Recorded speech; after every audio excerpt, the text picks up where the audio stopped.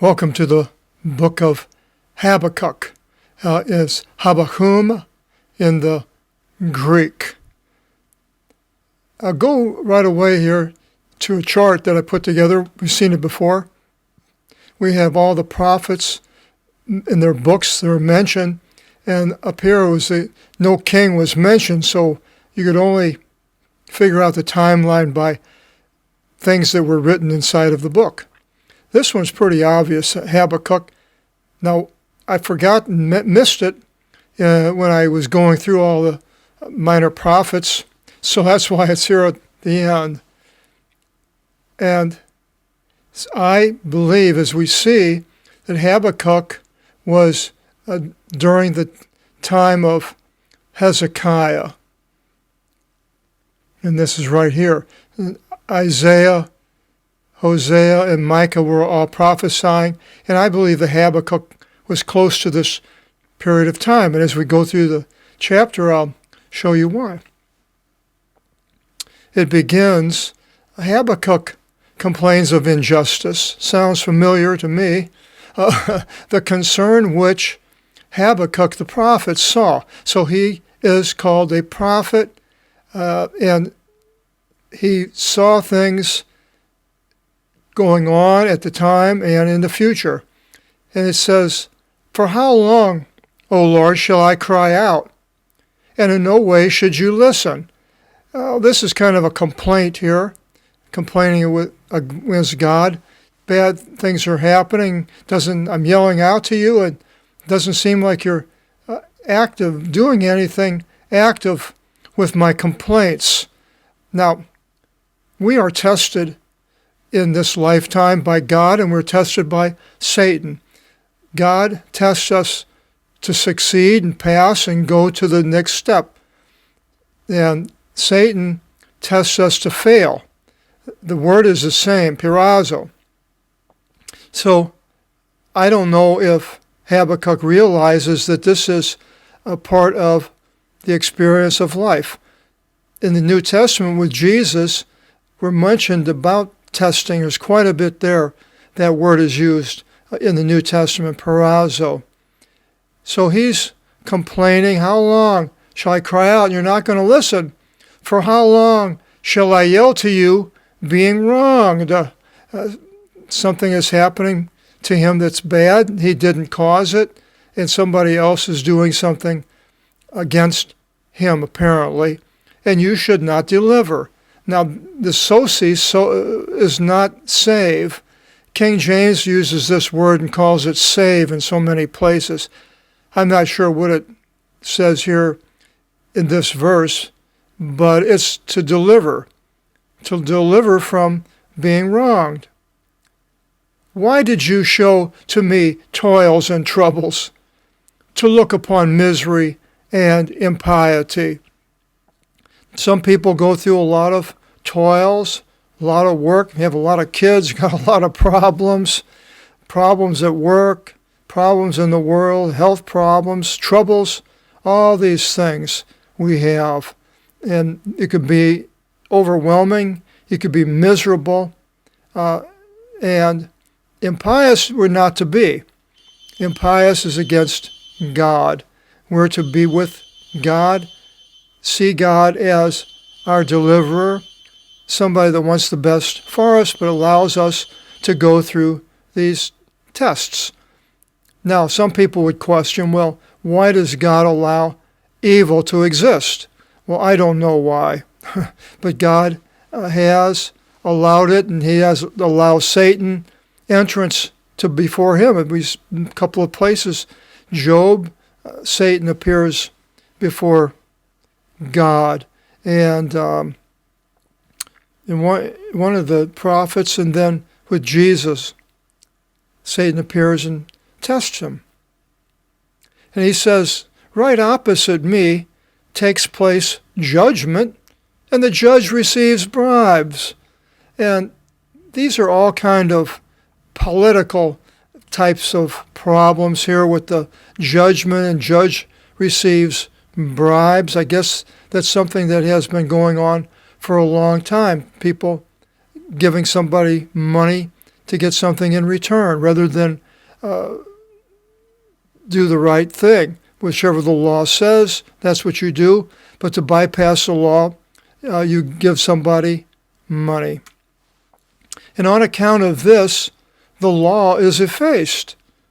The judge is receiving bribes and the law is effaced. And judgment is not administered until the end. It's not working right, O Lord. And for the impious one, tyrannizes over the just one, and the impious one could be one that has a lot of political power or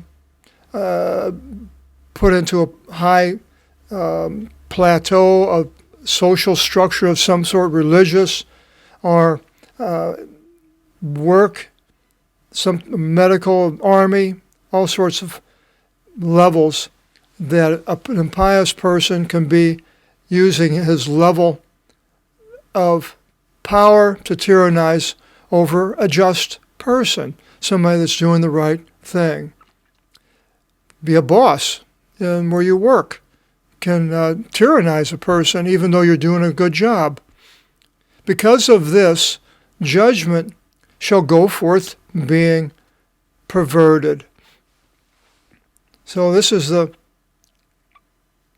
argument that Habakkuk is bringing out, all these things. And then the Lord replies, verse 5.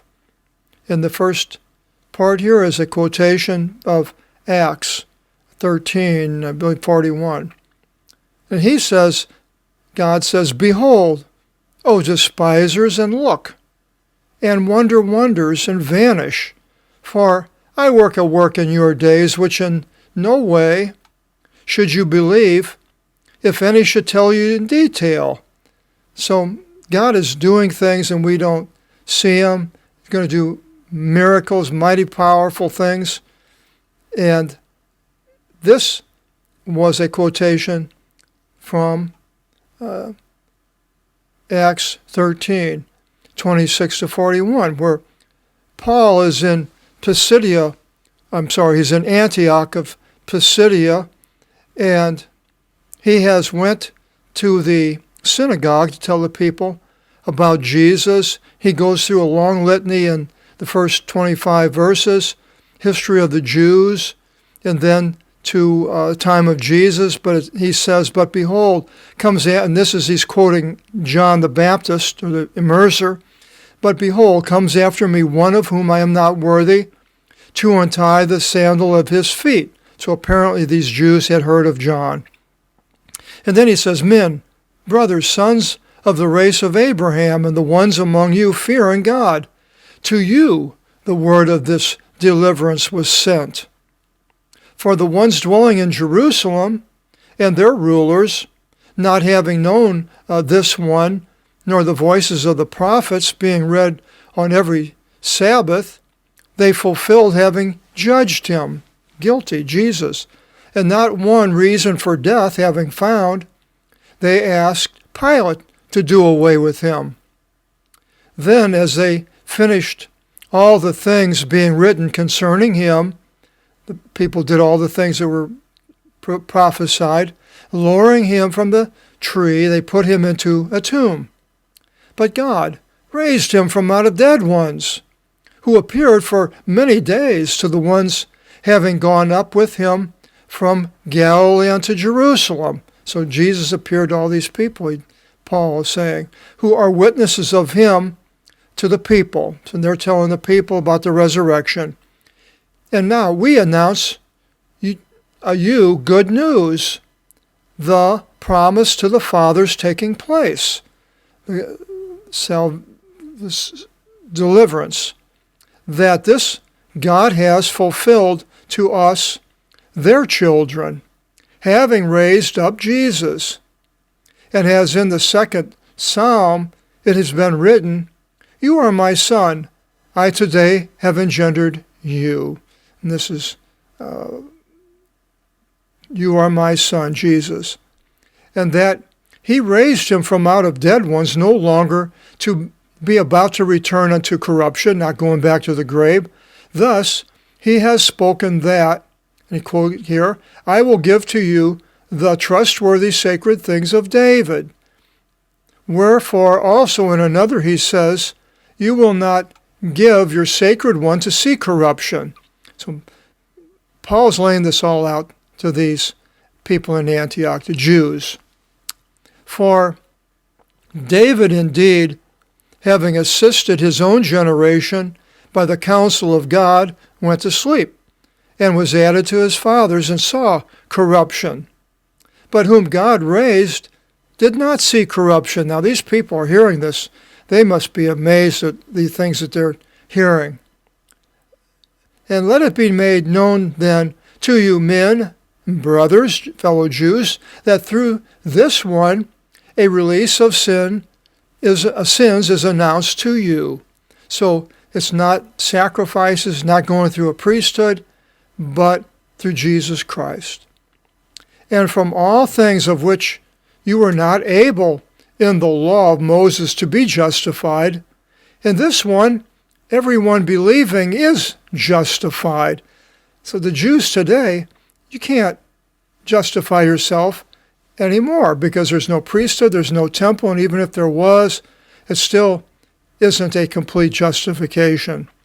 And so through Jesus Christ, it says, believing in him, then you are. So if you're Jewish, become a believer in Jesus Christ. Not belonging to any religion, but a believing in Jesus Christ and reading the Bible and see what Jesus has to say to you.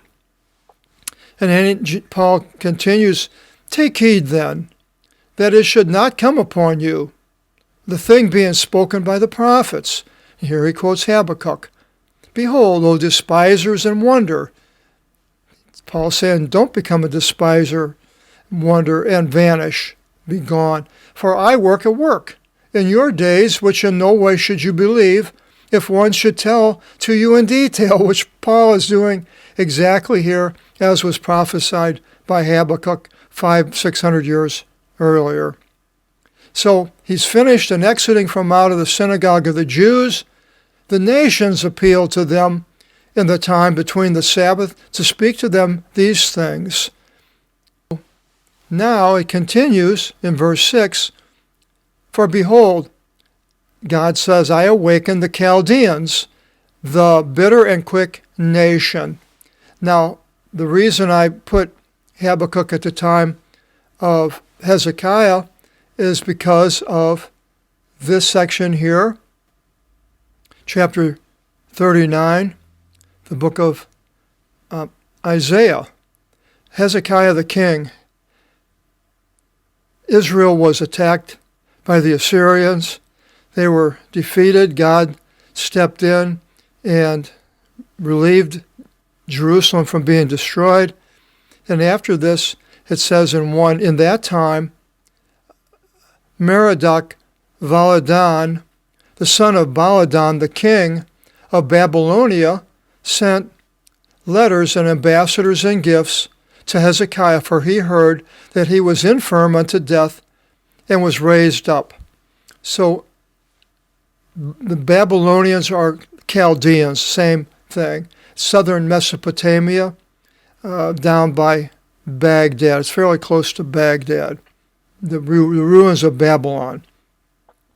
So these Chaldeans come, and Habakkuk mentions that. We'll go through it after this section here. And Hezekiah rejoiced over them with a great joy, and showed to them the house of the spices, and of the silver, and of the gold, of the balsam, and of the incenses, and of the perfume liquid, and all the houses of the items of the treasury, and all as much was as in his treasuries. So that's like showing a thief all the things you got. Open your doors, let them see them. And there was not one thing which Hezekiah did not show to them in his house.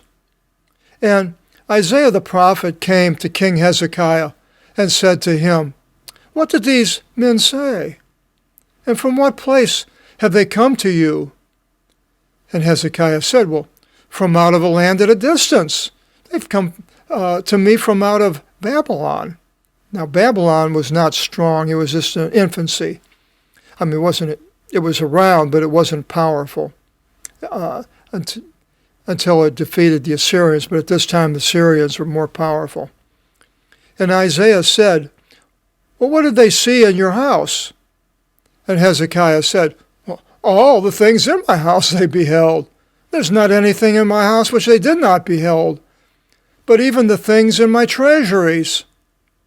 And Isaiah said to him, hear the word of the Lord of hosts. Behold, days come, and they shall take all the things in your house, and as much as your fathers brought together until this day, it shall come into Babylon, and not one thing in any way should survive. And God said, for even your children whom you engendered, they shall take, and they shall be made castrates in the house of the king of the Babylonians. So all these bad things are going to happen, but they haven't happened yet.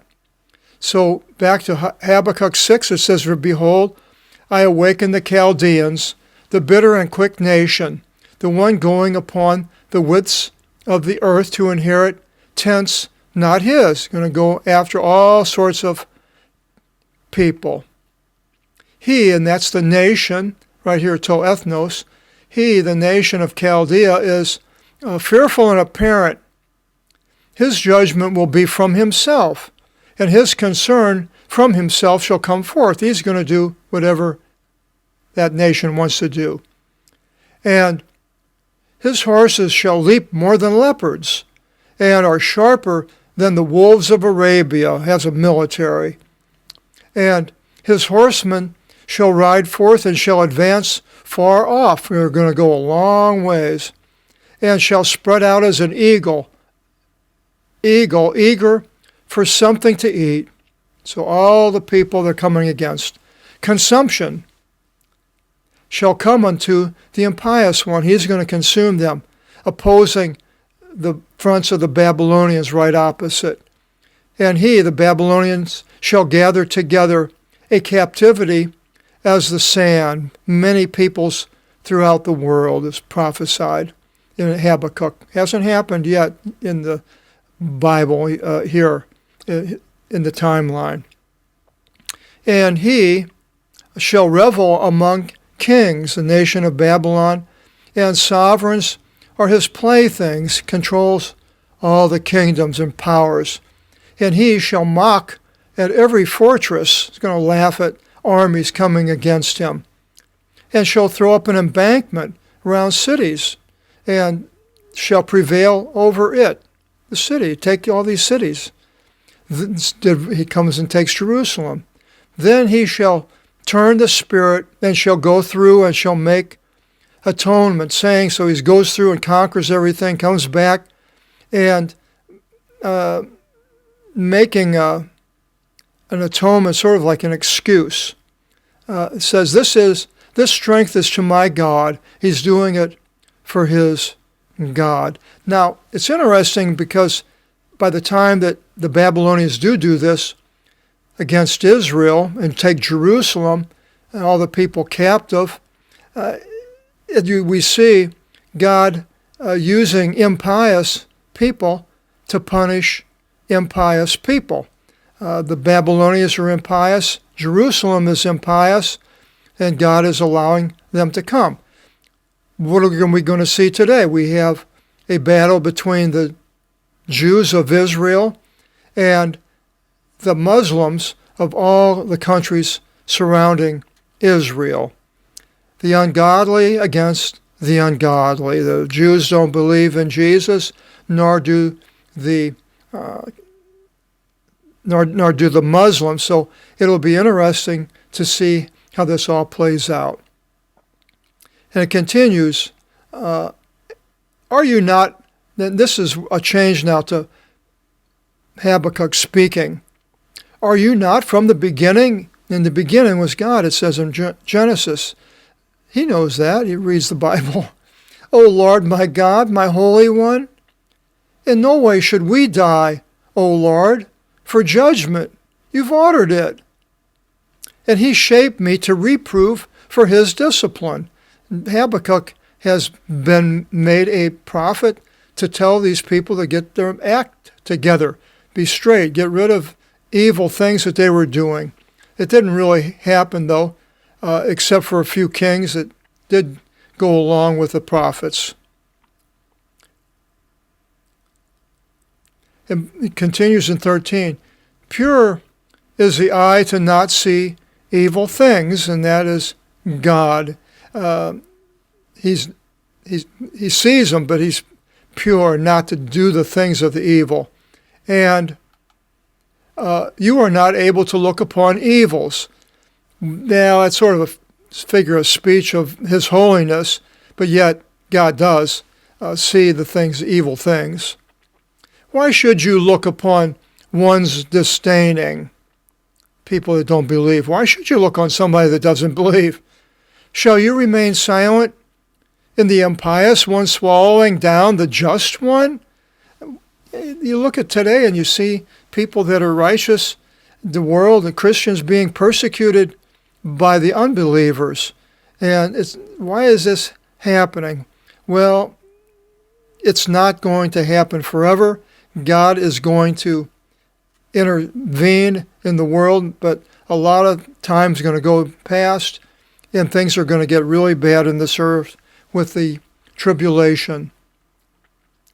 And will you make the men as the fishes of the sea, and as the reptiles, not having one taking the lead? Man not going to have a purpose. He's just going to be wandering around doing whatever he can. No purpose in life. Ungodly with no God. He pulled up consumption with a hook and drew it with his casting net. Now he, I believe, is the Chaldean nation again. It pulled up consumption with a hook and drew it with his casting net and gathered it in his drag nets, all the things that Babylon took. Because of this, he shall be glad and shall rejoice, because they have all this riches. Because of this, he will sacrifice to his drag net and burn incense to his casting net, for by them he fattened his portion. He's going to be sacrificing, burning incense basically to his God. The drag net and the casting net are a figure of speech. For by them he fattened his portion, even his choice foods. On account of this, he will cast his casting net, and always to kill nations, not sparing. So Babylon is not going to spare, and Babylon was around for 80 years. Small city-state, 3 miles square. It conquered the world, defeated the Assyrian Empire, which was around for hundreds of years. But Babylonia was defeated by the Medes and the Persians. Chapter 2, the just shall live from out of my belief. Hope you join us in the next video to find out what that's all about. Until then, God bless.